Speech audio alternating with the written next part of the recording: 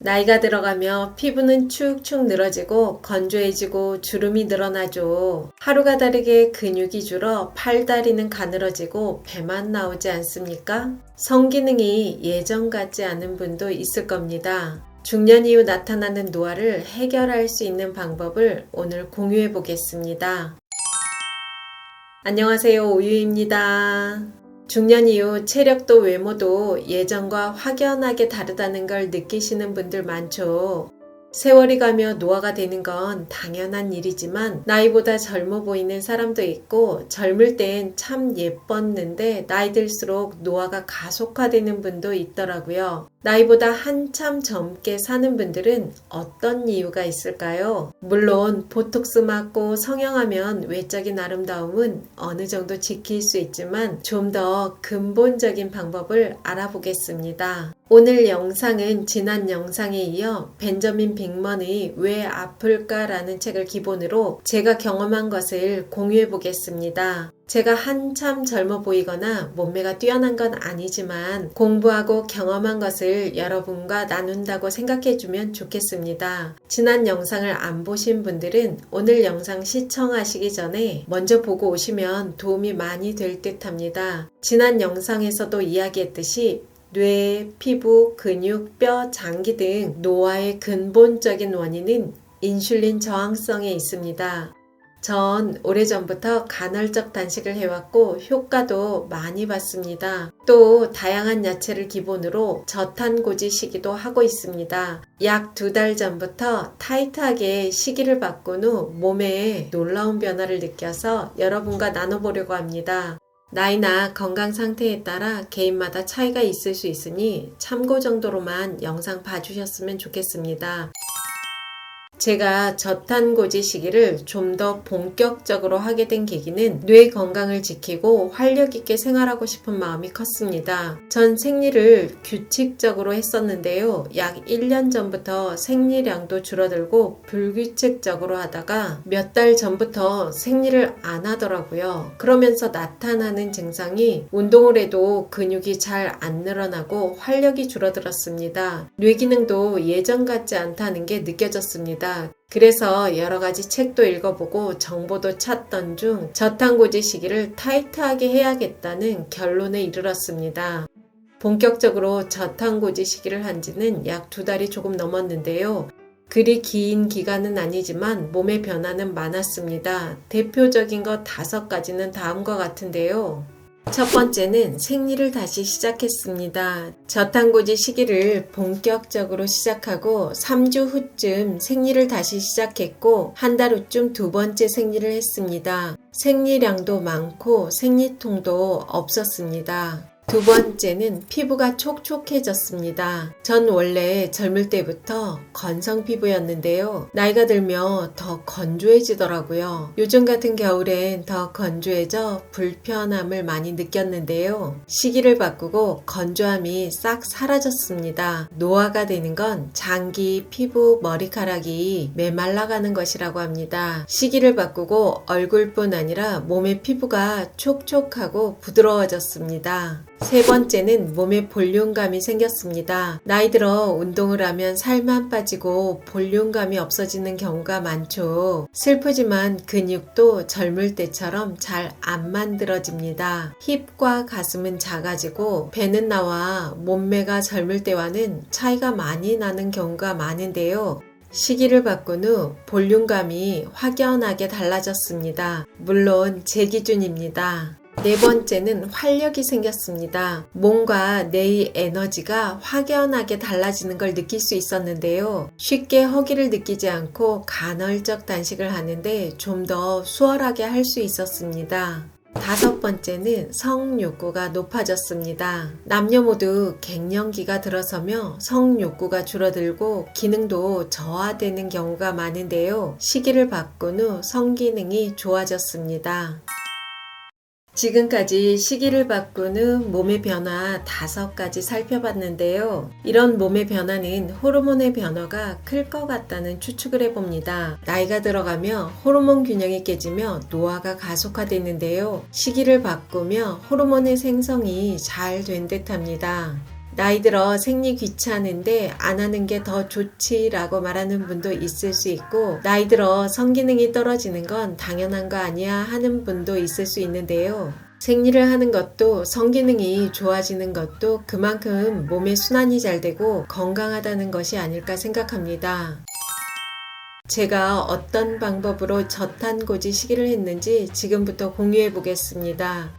전 다양한 야채를 기본으로 저탄고지를 꾸준히 했었는데요. 약 2달 전부터는 야채는 더 다양하게 섭취하고 탄수화물은 더 줄이고 지방과 단백질은 더 늘리는 시기를 했습니다.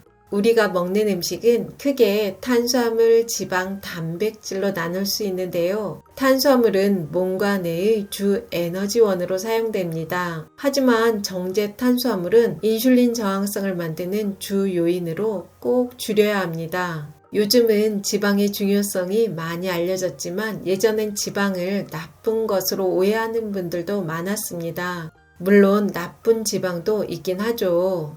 제가 건강에 대해 공부하면 할수록 좋은 지방을 먹는 것은 노화를 막는 데 중요한 요인이라는 걸 알게 되었습니다. 노화를 막기 위해 호르몬이 중요하다는 것 많이들 아시죠? 지방이 호르몬을 만드는 원료가 되고 뇌기능 향상에도 많은 영향을 끼친다고 합니다. 나이 들수록 단백질이 중요하다는 건 많이들 들어보셨을 텐데요. 몸의 장기, 피부를 만드는 원료가 되고 뇌의 기능에도 단백질은 꼭 필요합니다. 식이에 대한 것은 일반인은 물론이고 전문가들 사이에서도 조금씩 의견이 다른 경우가 많더라고요. 전 여러 가지를 시도해보고 저에게 맞는 방법을 찾았습니다. 제가 식이를 하며 중요하게 지킨 5가지는 다음과 같은데요. 첫 번째는 매일 20가지 이상의 야채를 먹었습니다. 야채가 좋다는 건 다 알죠. 야채하면 양상추, 배추, 상추 등을 떠올리기 쉬운데요.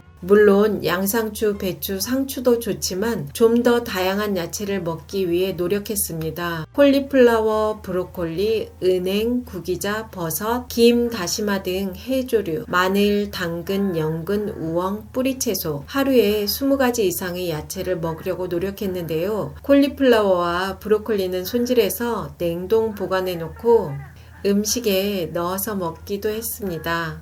두 번째는 아침 식사에 신경 썼습니다. 이른 저녁을 먹고 공복 시간을 길게 가진 후 아침 식사가 정말 중요합니다. 그래서 아침엔 가공식품보다는 자연식품 위주로 식사를 했습니다. 요즘 제가 자주 먹는 아침 식사는 사골국인데요. 밥 1숟가락 정도에 두부와 콜리플라워를 넣어 김치와 먹었습니다. 여기에 야채 샐러드나 나물을 추가해 먹기도 하고 다양한 견과류는 꼭 챙겨 먹었습니다. 이렇게 먹으면 탄수화물은 줄이고 단백질과 지방은 섭취할 수 있어 좋더라고요. 두 번째는 가루로 만든 탄수화물은 줄였습니다. 제가 시기를 바꾸며 가장 중점을 둔 것은 가루로 만든 탄수화물을 최대한 줄이는 것이었습니다.